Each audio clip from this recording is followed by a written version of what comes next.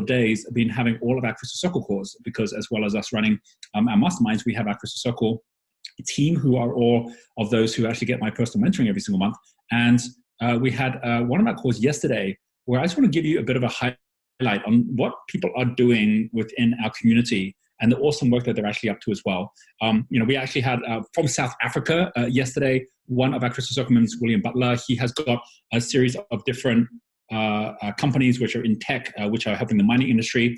Difficult times when you've got basically everyone like stopping within that industry, but he's managed to basically cut his costs down, very similar to what we did, followed along on all those different pathways, kept himself sustainable, had a new startup that he actually decided, right, now's not the time to start that. And so now is actually finding his way through it. Another on exactly the same call, couple this time, which is Jeremy and Deborah Harris, who are on this call as well, which are companies with their finances. Clearly, like, now's the time when you want to be helping people with their finances. So they have been out there supporting companies and doing that. And then you have, and as a result, their company has grown and they're now hiring more people off the back of that. So the company's actually grown off the back. Jim Becker, who actually runs a company which is doing something like $400 million in the US called Becker Logistics. And last year, he was getting some challenges with this company, right? Like, there's a lot of competition in the marketplace. People were pushing the price down as well. And basically, he cut all his costs back. This was before the virus. This was maybe about like back in January, February time that he was actually, in fact, it was last year he started cutting down. January, February, he actually got things stabilized again. And then what he's seen is, as a result of the entire crisis, there's been all these new deliveries, especially for food deliveries. And so his business has gotten to high profit off the back of that as well. And each one of these different examples is people just saying, right, well, things are moving quickly. How do I be nimble? How do I shift the things I'm doing so I'm in a successful position off the back of that? And I'll give you one more example from that same group. Karina and Alki, who are in Europe, they have a company called Slumbersack, which actually is very niche. It actually is an online site which helps you to basically get your kid a sleeping bag for them to be sleeping in, like the baby, to sleep in a cot. And it stops cot deaths, which is pretty cool, right? But at the moment, I mean, like, while there's lots of, parents at home with their kids, and you could say, well, there might be some demand for it, there has been a lot of different products, especially fashion, which has been dropping in terms of the revenues it's generated, while other ones have been actually rising. And what they did was actually decide to retool their entire factory to create not sleeping bags, but actually to create face masks. And so because of that, they have had like orders going through the roof every day. They're getting 1,000 new orders for face masks just by them just shifting their entire business model to something totally different. There is no shortage of success stories of what people have been doing over the last 4 weeks, which I think is just awesome. So I just wanted to share a few different stories, and hopefully you are all posting down whatever is your big story that you are sharing as well as we're going through this. We are going to be going through what are the top 5 waves that has now appeared as a result of what's happened with this crisis. But basically, I wanted to start with this here, which is a little quote. Nothing we do can change the past, but everything we do changes the future. Now, that might sound very obvious, but too many of us worry about the past, or worry about basically even, how do we resurrect the things that we had that were working, instead of saying, wait, hang on a minute. If I actually thought for a moment about what's going to happen, it might actually be a really, really good thing that the things that were working before are no longer working, or the things that I was trying to get to work are no longer working. What if I just stepped right into the future? So those of you who missed our last module, I highly recommend you go back to it, because it's when we're talking about the opportunities. And on that one, I was showing all the different ways with smart investments, and then also with basic opportunities, the ways you can actually go about even going out and buying a business for $1, the different things that are available. And if you start thinking in that way, you get a very, very, very different picture of the amazing opportunity we have by being alive today. After we get over the actual shock of the crisis, the fact that we're in it, everything's on a reset, everything's changing. And our ability to shift that change is really everything. What I'm going to do is actually take you through a bit of a journey of the last just couple of days worth of news, and what's actually out there at the moment, which is already highlighting these things that are out there too. Right. So this, by the way, is something which you missed that we did on Monday, which was with Joe, and this was our webinar on health. And we learned a whole bunch of things by just even putting it on the page like this, in terms of how many people were super excited to actually do things with us. And we got like about, I think 8 to 10 times more sales than normal of people buying things just by us actually really understanding how people, when they get somewhere, want to stay there rather than go somewhere else. And we're learning all this on a day-to-day basis on the key things that we're up to. Let me take this one here, which is basically a story that I touched on last time, but I want to start with now. This is Bill Gates talking about how much life is going to change And while I mentioned this on the last call, let me just highlight a few points to this, where he says things like, it won't be where you're doing large public gatherings or even filling up a restaurant, unless it's when we first start opening. But then he goes on from that to actually ask questions. Will people want to go and travel? Will they want to go to restaurants? Will they even think, maybe buying a new home is an appropriate thing? So even once the government is saying these activities are okay, we can't expect the demand side to emerge overnight. So he's like saying already, things are going to be slow to get started. And there is this hump that people have to get through. There were these there's stories coming out of Italy, because Italy is now starting to open up some shops like, you've got like bookstores or like pharmacies and other things that they're actually opening up again.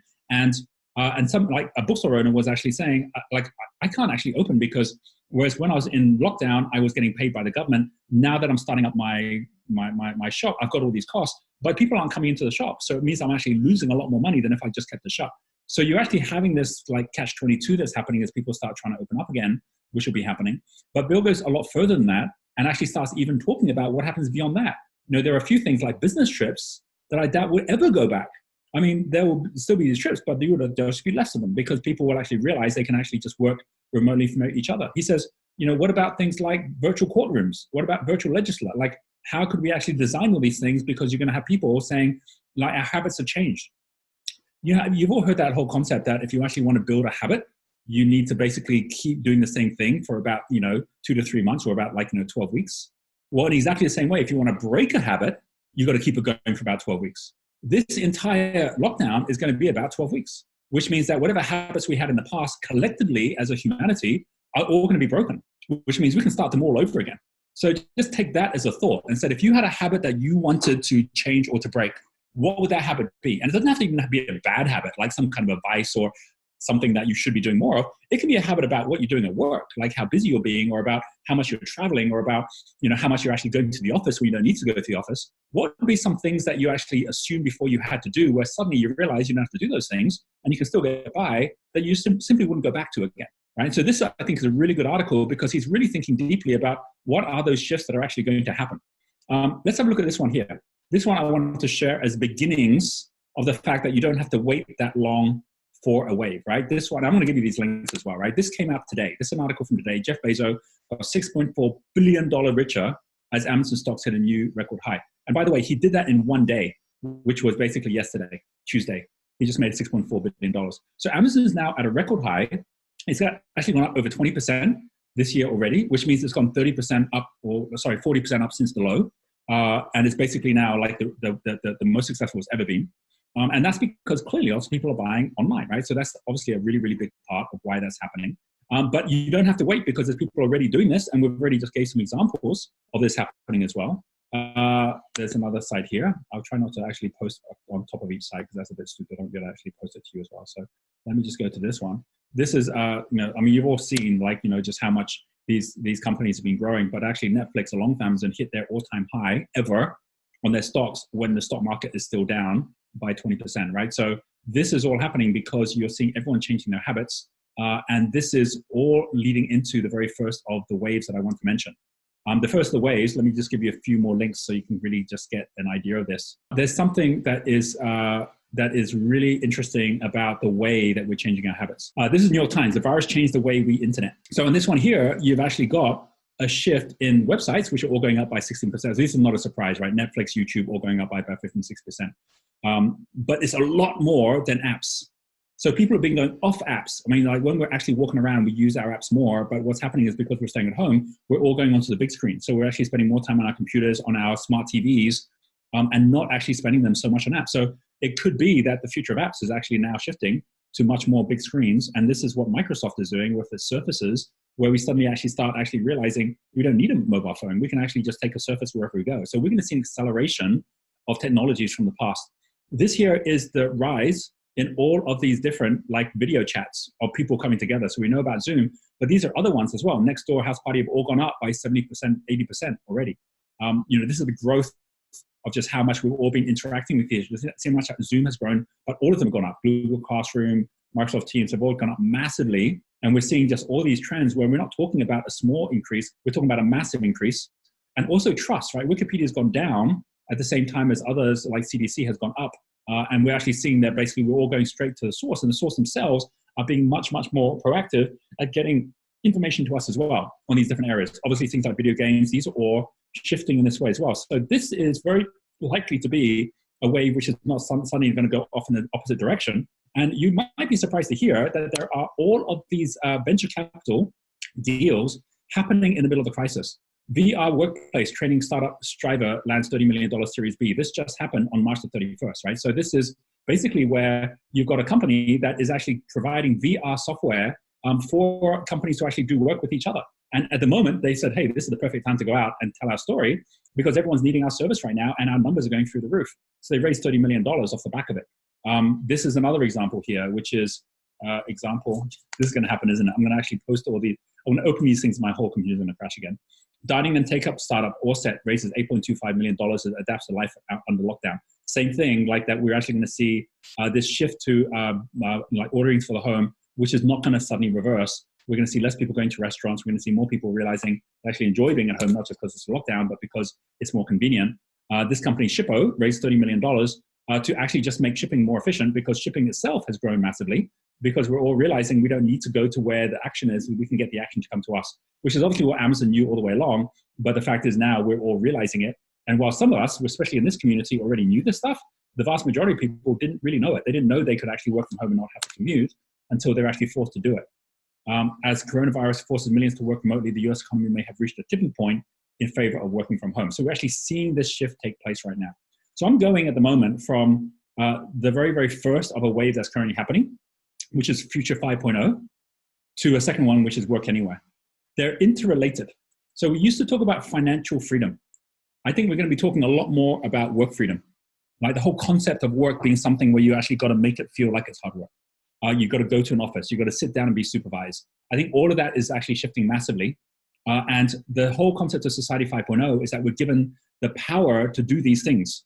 So if you've already been working remotely, you know this, right? We teach this at iLab, that if you actually have the tools and use the tools, you can be anywhere in the world and you can run your business more effectively than if you're at home. The vast majority of people don't actually know that. Whereas now they've actually been forced to experience it and then they're going, hey, wow, this is actually better. I don't have to commute every day. I can actually do everything from my home. I can have technology work for me instead of me being the one that works with technology, right? So when that shift happens, you don't go back, right? This is not something that suddenly shifts and everyone goes, oh, let's just go back to the office again. So we're going to see a huge shift in the way that people actually start working. And what's very interesting about this is that on the one hand, you have this whole kind of concept of people working at home saying, well, why would I actually even go back? And these stories here are actually talking about the fact, you know, we've had this like 10% of growth over the 10 years, but now we're going to see this massive acceleration where even if people are told to go back to their office, they'll go speak to their boss and say, look, seriously, can I just go work from home instead? This here is another site here, which is all about this. Coronavirus pandemic, work from home is the new name for freedom, where I wanted to kind of like mention that like we at the moment, the buzzword is remote working. Even our group is called remote workers, right? So like, you know, remote working is something which does describe what we do when we are actually remote from each other. But there's something else about remote working, which actually is a misnomer, a little bit like social distancing. Like it's actually the fact that by social distancing, we actually have spent more time with our family. We actually get more connected. In the same time, remote working actually gets you more connected than remote because it puts you where, like someone who's remote working from home, what are you remote to? I mean, you're actually at home. So you're not remote from your family. You're not remote from your life. You're just remote from your workplace, right? You're just remote from a place you don't want to be at. So actually, we should be actually relooking at the word and saying maybe it isn't going to be a remote working in the future, right? Maybe we call it remote working right now, but maybe it's some level of freedom of work, right? Or in the case of like some people out there talking about flexible work, the gig economy, by the way, the gig economy has already been growing massively. You may be surprised to hear the gig economy basically is someone who's actually got a job that isn't a full-time job or one that they actually created for themselves instead of had to go and apply to get for themselves. And it's everything from freelance workers to Uber drivers. In China already, we're already at 45% of the entire Chinese population is either working full-time in the gig economy or is part-time in the gig economy, which is massively more than the number in America, which is only 14% at this point. So it's like 3 times more in every respect. India is not far behind. And that wouldn't be a surprise because in places like China and India, you have a mass of people who actually have to create their own job. They can't just work hope that someone's going to give them a job. The rest of the world's going to go the same way. And so effectively, the East is actually leading on this right now. So the idea of basically freedom working as opposed to remote working, like freedom working is like you can work from anywhere. is something that we've been talking about for a long time. We are now serving that market, and it's a huge market that's growing right now as well. The whole work from anywhere market, we are actually seeing a third of the entire workforce right now in the US already at this point. We're getting to half the workforce in China. I think after we actually finish this crisis, we'll have half of the world's population already there. We'll just accelerate that quickly towards that space. I think that's really what's going to happen. And that kind of leads us into what else can we do remotely? Like, what are the other things that are going to lead us into that? If you're thinking of any kind of business, or even think, well, why don't I just be more of a remote worker? Like, where is my resume? Is it on Upwork? Is it on TopTal? Like, is it on one of those places that we talked about before to set yourself up freelancing? Because more and more people are going to go there and actually contract work out when they get started as well, right? What is with New York Times? They're not liking me today. Yeah, maybe I'll try this. There it is. All right. Hallelujah for Chrome that they can find all my stuff. After coronavirus, colleges worry. Will students come back? This is another permanent fixture of what's going to happen, is that more and more people are going to realize not only do they need to travel to go to college, they don't even need college. I mean, like, there's like, what was that? Why was they so worried about that? Like, they're not even like graduating people, and there's other ways I can go out there and get a job. And so the entire tertiary market, I think, is going to go through a massive shift. Those who actually want to go to college are more likely to do it online. Those who actually look at the price of college offline compared to online, as some of them would have had to do, would be going, this is ridiculous. Lots of people that are paying private school fees who actually are realizing their kids are getting a better education by actually using some online app are going to be questioning, why am I spending all that money on private schooling? We're on the edge of the precipice, how the pandemic could shatter college dreams. So this whole story from Politico is about how colleges are really worried right now that people just simply aren't going to come back because the entire system is broken down. Right? So this is basically now getting to the third of our waves. I'm zooming through these, right? Because I want to cover all of them and make sure that you're getting a picture that there are certain things that are not going to go back the way they were. The learn from everywhere wave is the fact that we can actually now become a fully learning humanity that is learning as we go, where we don't have to go and basically kind of like go brain dead when we're actually in the job, but we're actually now able to evolve and be effectively in university for life, right? Learn all the way through our lives. This is Harvard Business Review. I mean, this is Harvard itself, right? That is actually got this story here. I don't know why this stuff's not actually even opening, but let me see. There it is. This story here, what the shift of virtual learning could mean for the future of higher ed. All these stories, by the way, are all from the last week or two, right? So they're all very, very, very recent, where people are actually there really thinking deeply about these issues right now. And this is Harvard itself asking questions like, do students really need a 4-year residential experience, right? This is Harvard asking this. And as you guys heard from an earlier call, I'm currently doing a Harvard program online, which is with Harvard Business School. And I can tell you it's a whole lot easier doing it online and doing it in my own time than having to go and actually sit there for the 2 years I have to do in the meantime. And I'm going through it way, way faster as well, right? So like these are asking all the questions we already know the answer to, right? Which is like, should we actually be going online? And the answer is obviously yes. But this is actually going through and really questioning from the actual institutions themselves what this all means too. So here's what I'm going to do for a second, right? I mean, whatever just already from what I just shared, I'm going to open a couple more, right? Because I want to make sure I've got all of these. And I'd love for you to be commenting which of these you resonate most with, but at the same time, where you see the potential opportunity being for your business too from this, right? Corona pandemic has unleashed a revolution in education. From now on, blended learning. You know, we talk about this right now, high tech and high touch together. It's not about just doing something online without any interaction with someone. It's about bringing content and community together online. So you have both high tech and high touch, and you have someone who's actually there to mentor you along the way as well. This is what we're doing in May when we actually create our entire Genius Institute programs that we're going to be running online. We're actually creating an entire series, which is called the Crisis Leadership Academy. And the Crisis Leadership Academy is going to be all about how we make sure that everyone at every level of business is able to be a crisis leader. Very different from crisis manager that's there basically managing reactively. This is a crisis leader who's using crisis as a springboard to a much, much higher place. That's the difference, right? A crisis manager gets down, whereas a crisis leader steps up, right? Which is a very different thing. So this is about basically talking about the future of education and how we're already moving into it. In Singapore, Singapore is really ahead in all these ways. It's pretty incredible how fast they move.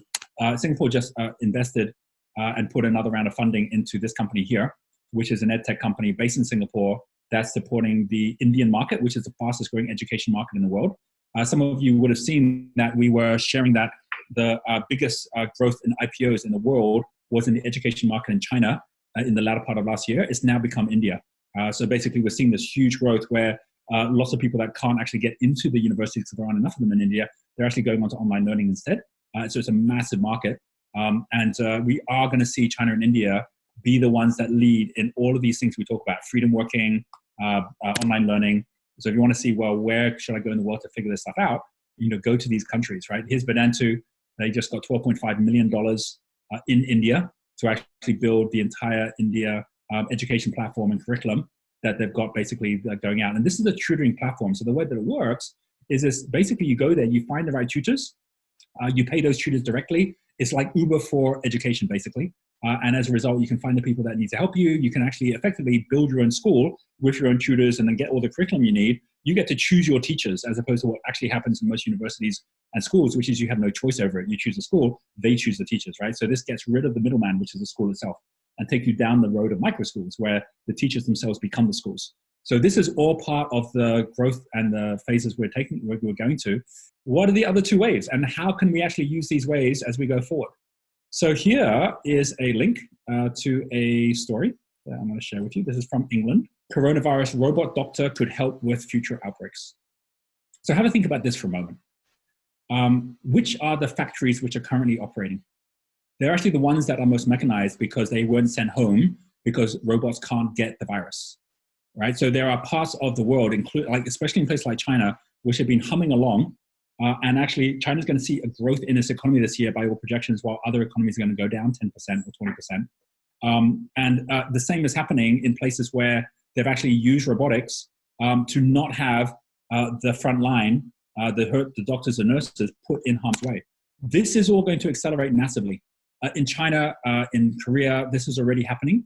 And it's not just robots, it's AI as well. One of the biggest issues at the moment is privacy. Like everyone knows, if we actually could help track people and actually have proper contact tracing, then we'd actually be able to very, very quickly solve a lot of the control on the coronavirus. Why do people not want to do it? Many of you saw my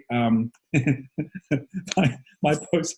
I found it so funny because there was a lot of anger of this one here, which I posted on, would you agree to digital tracking if it gave you back your freedom? And there's all sorts of big no, because obviously a lot of us really, really value our freedom, right? We're totally no, I'm not going to do that. But here's the question: if you actually knew your freedom, that you were not going to get tracked by any human being that could use it for bad, but you actually had it in some place where you, for example, had your own virtual AI who was your person, who you got to control, who you could actually go tell what to do, and that AI could come back and tell you whether you were in trouble or not. Why? Because the AI itself had its own personal identity and could go online and could basically go and share what it was doing with others, but it only shared with other AIs, and no one was able to actually even access what those AIs were chatting about. What's the chances maybe you might do something? I've talked about this in the past, that the future businesses will be AIs, right? They're going to be basically AI CEOs who are going to be actually running programs. This company, Onfido, they have an AI-based ID verification platform, which means they don't actually get to see any of the information. The AI is the one that drives all of it. They just raised $100 million yesterday. I mean, this just happened, where they raised all this money because everyone sees what a need it is to have a privacy, but also to have intelligence.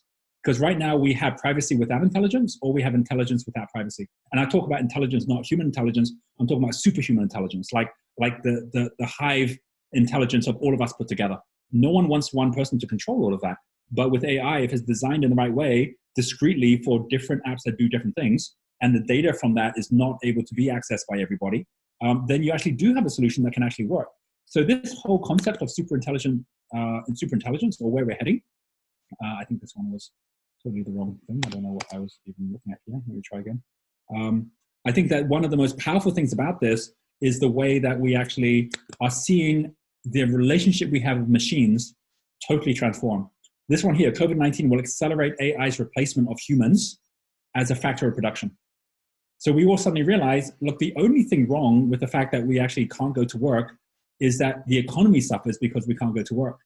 But if we actually had computers doing our jobs at work, or at least all the jobs that we need doing, right? Like if you knew that you actually could actually, like if we were 5 years in the future and you knew that if you were actually going to be, getting someone to be delivering goods to you, or you're going to go to a supermarket and get food, or you're going to get food, like if you actually had computers or robots that were able to do this stuff for you, where there was no issue with like viruses or people going on strike or anything like that stuff, there's a very good chance you actually go for that, provided you actually were still earning money in other ways, right? So the real question is, like all of these things that we're saying we might do by actually not looking at ourselves as a means of production, but actually having AI do that, what would that then allow us to do?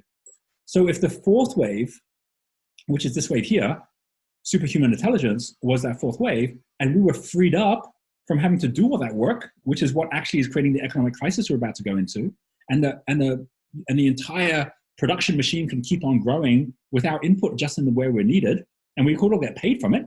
Because think about it for a moment, right? Where are most people getting paid from right now? They're actually getting paid from the government. The government's actually paying money for the bailout. Where's the government getting the money for that? Well, they're actually not. They're hoping that from the debt, it'll get paid back from the future. But if it happened that already we had factories that could be run by robots, and those factories that were being run by robots were being taxed by the government, and then the government was giving us that money, or in fact, cities themselves were getting the money from the robots and paying the people, would we not do that, given that we're already doing that? Right? So think about that as a future, right? That we actually have got a future where suddenly we realize it is possible for us all to be living and to be getting paid to live and to actually effectively have some level of universal basic income to be living with. The only thing is we didn't connect the dots to make sure that productivity continued at the same time. So we all know we've got to go back to work because we haven't figured that out yet. But when we do go back to work, we're all going to be going, what are we here for? I mean, surely there's other things we should be doing with our lives. Some of you have learned new hobbies during this time. Some of you have learned in a whole new way. Some of you have felt freer than ever before because you actually suddenly have realized, wow, you know what? I get the freedom to think about things in a way that I wasn't thinking about before. And with that, we get to the fifth wave, which is the one that you've been hearing me talk about, the worldwide wealth and the whole concept of a new renaissance. What's really nice at the moment is that the entire zeitgeist is now talking about this. So, here is an example of this, right? This here, beginning of a new era, how culture went virtual in the face of the crisis. What's happened to a lot of the different galleries out there? Some of the places like the Greek government with their tourism is they said, well, if people can't come to us, we'll go to the people. And there's now all these virtual reality tours, video tours, where you can be basically wherever you are in the world and you get to access the best artwork. You get to actually see the most amazing things out there. And we ourselves are now creating new artwork. We're going back to the time of the artisan where we actually value our time with each other more than before. We're spending more time in conversation. Here I am talking to you where it's a two-way conversation where I get to chat with you after I finish here in ways that when we're so busy, we didn't get time for all this stuff.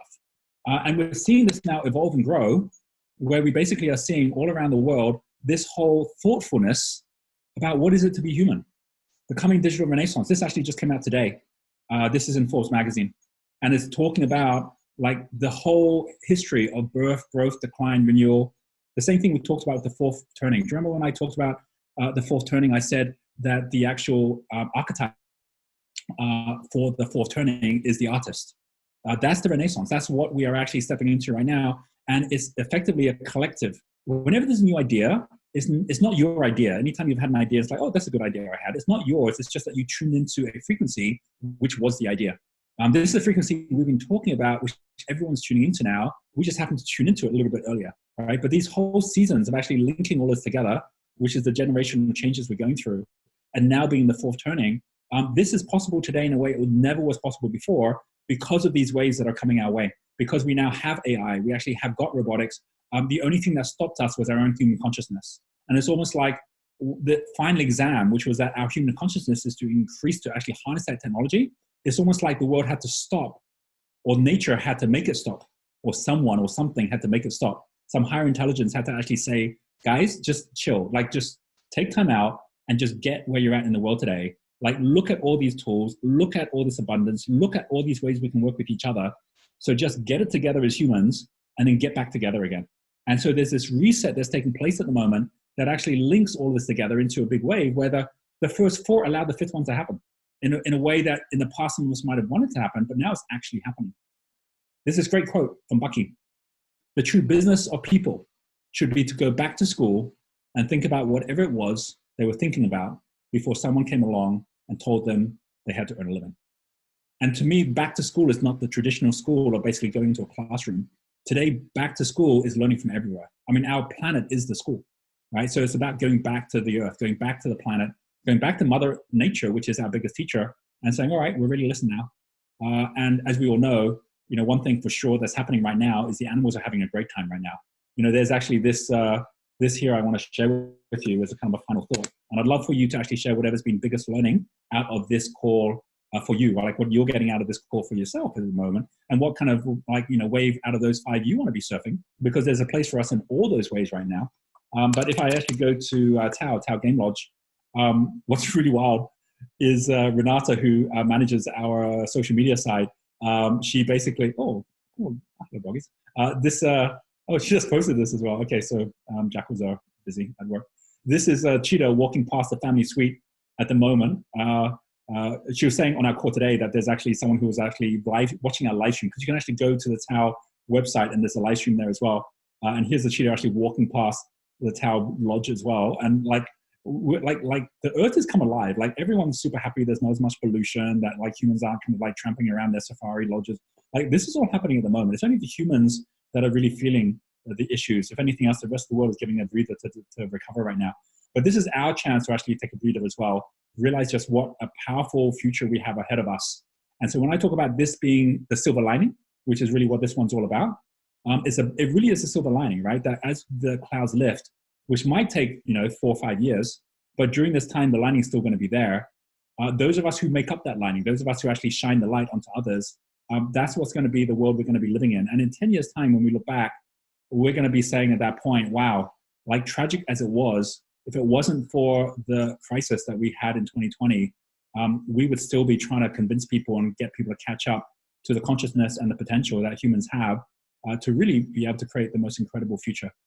So I wanted to finish with that thought. And I know many of you have heard me talk about this. If anything, I'm like a broken record talking about these things over the years. But the fact that it's not just me talking about this, but we're seeing this in the mainstream media now. We're seeing this in the top leaders in the world actually saying now's the time. This is when it's actually happening. And the fact that we are going from the minority to the majority. I think that's where the real power in this is right now. So do have a look at those 5 waves, the ways I just mentioned right there. And it might be the wave which is about Future 5.0 and using all these tools. It might be work anywhere, learn everywhere. Superhuman Intelligence, which we're obviously bringing into Ingenious You, and how we actually find out the very, very best within us and what comes rises to the top as well. And then finally, the new Renaissance, actually being one of those artists that actually create that new future. You decide for yourself where you want to play. But the great thing is this is a game, the world game, which has enough place for everybody, right? So we can all be the players. And on that note, I want to say thank you very much for listening. I will come into the sections now on the chat. So anything you'd like to say as a message for me, or anything you'd like to say as a question that you'd like an answer to, I'll jump into that as well. So thank you very much for listening in. I will catch up with you in the comments, and we will catch you on Friday. See you later.